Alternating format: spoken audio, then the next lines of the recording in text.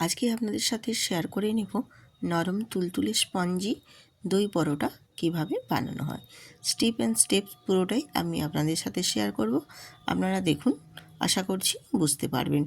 এই পরোটাগুলো এতটাই সফট এবং নরম হয়, যাদের না দাঁত থাকে তারাও কিন্তু খেয়ে নিতে পারবে 6-8টা।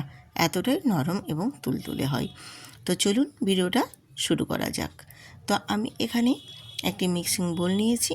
বোলের মধ্যেই এক বাটি নিয়ে নিয়েছি টক দই, আর সেই দইয়ের মধ্যেই দিয়ে দিয়েছি 2 চামচ চিনির গুঁড়ো, আর দেব এখানে 3 টেবিল চামচ সাদা সানফ্লাওয়ারের তেল দিয়ে খুব ভালোভাবে আমি এটা মিক্স করে নেব। দইয়ের সাথে তেল আর চিনিটা খুব ভালো মতো মিশিয়ে নিতে হবে, বেশ ভালোভাবে একটু ফেটিয়ে নিয়ে। তো মোটামুটি দেখো আমি এটা মিশিয়ে নিয়েছি। এরপর এখানে আমি 2 বাটি ময়দা অ্যাড করে দেব এই দইয়ের মধ্যে।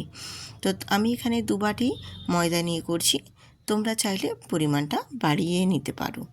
তো দিয়ে এবারে এর মধ্যে আমি দিয়ে দিলাম স্বাদ মতো নুন। নুনটা দিয়ে এবারে আমি ময়দাটাকে দইয়ের মধ্যে খুব ভালোভাবে মিশিয়ে নেব বা মাখিয়ে নেব, দিয়ে একটা ডো তৈরি করে নেব। তো আর এখানে দইটা দিয়ে ময়দাটা কিন্তু মাখিয়ে নিতে হবে, আর কিছু দেওয়ার দরকার নেই। যদি প্রয়োজন হয় তাহলে তোমরা লিকুইড দুধ বা জল অ্যাড করতে পারো। তো আমি এটা মাখিয়ে নিচ্ছি। তো আমার এখানে দেখো অল্প একটু প্রয়োজন লাগবে, তার জন্য আমি এখানে লিকুইড দুধ ব্যবহার করছি। তোমরা লিকুইড দুধের পরিবর্তে চাইলে এখানে জলও ইউজ করতে পারো। তো দিয়ে খুব ভালো মতো আমি একটা ডো রেডি করে নেব। তো এটা মাখানোটা কিন্তু খুব ভালো মতোই কিন্তু ঠেসে ঠেসে মেখে নিতে হবে, আর মাখাটা কিন্তু একটু নরম করেই মাখতে হবে, খুব বেশি কিন্তু একটু শক্ত করবে না। যেমন আমরা আটা পরোটার ডো করি তার থেকে একটু নরম করে মেখে নিতে হবে। দিয়ে আমি ওপর থেকে একটু সাদা তেল আবারও 1 চামচ লাগিয়ে নিয়ে এটা একটু রেস্টে রেখে দেব 20 মিনিট বা 30 মিনিট, যার যেরকম সময় মতো রাখবে। তো আমি 20 মিনিট পরে দেখো ফিরে এসেছি। দিয়ে ডোটা আমি একটু খুব ভালো মতো আবারও হাতে একটু ঠেসে নিয়েছিলাম, দিয়ে তোমাদের দেখিয়ে দিচ্ছি। দেখো কতটাই আরও সফট হয়ে গেছে, এতটাই সুন্দর। এরপর আমি আবারও একটু এটা ময়দাটা ঠেসে ঠেসে একটু মেখে নিচ্ছি। যত ভালো মতো ঠেসে মাখা হবে তত কিন্তু পরোটাটাও একদম সফট তুলোর মতো হবে। দিয়ে আমি এবারে এই পরোটার এই ডোটা থেকে আমি নেচি কেটে নেব। তো নেচিটা একটু কিন্তু গোল গোল আকারে বেশ সুন্দর করে কেটে নিতে হবে। আমি ঠিক এই রকমভাবে কেটে নিচ্ছি, তোমাদের দেখিয়ে দিচ্ছি। দেখো আমি কীভাবে হাতে ঠেসে ঠেসে একটা করে ময়দার ডোটা থেকে নেচিটা কেটে নিচ্ছি খুব সুন্দরভাবে। ঠিক এইভাবেই কেটে নিবে, তাহলে কিন্তু পরোটাগুলো খেতে ভীষণ সুস্বাদু এবং দেখতেও কিন্তু ভীষণ ভালো লাগে। এইভাবে আমি পরোটার নেচিগুলো সবগুলোই এক এক করে কেটে রেডি করে নেব। তো মোটামুটি আমার রেডি হয়ে গেছে। দেখো সবগুলোই নেচি কেটে নিয়েছি।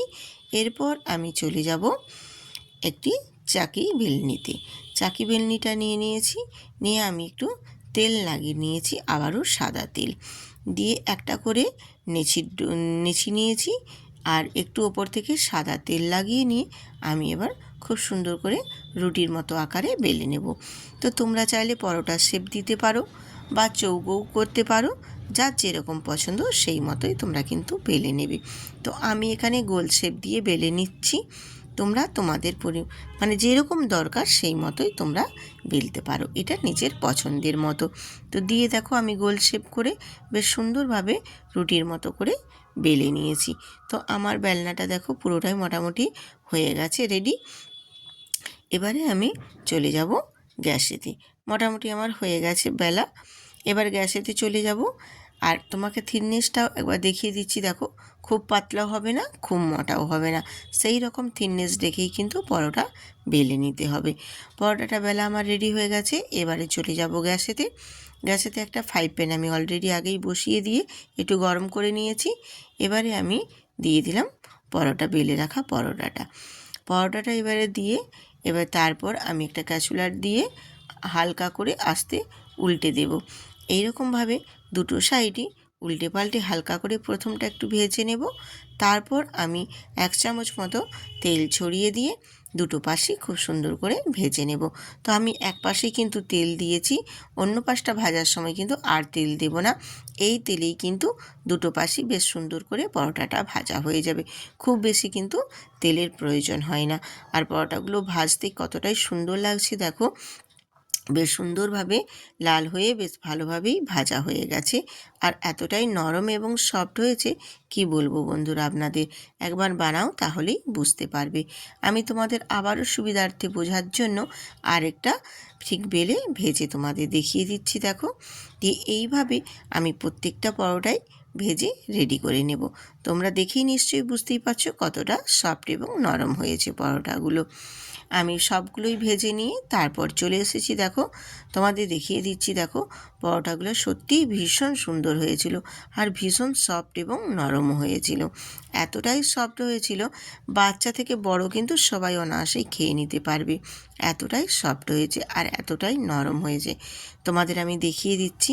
আর পরোটাগুলো একটু গরম আছে বলে তাই তোমাদের দেখাতে আমার একটু অসুবিধে হচ্ছে, কিন্তু তবুও আমি তোমাদের দেখিয়ে দিচ্ছি। দেখো কতটা সফট এবং নরম হয়েছে এবং ভেতরটাও দেখো কতটাই সুন্দর হয়েছে। এইভাবে দই পরোটা বানিয়ে নিলে কিন্তু পরোটাগুলো ভীষণ সফট এবং নরম হয়। আমি যেই মতো করে পরোটাগুলো বানিয়েছি তোমরাও বানিয়ে নাও, আশা করছি ভীষণ ভীষণ ভালো লাগবে। আমি রূপা ব্লগ রূপা চ্যানেলে আপনাদের সবাইকে স্বাগত।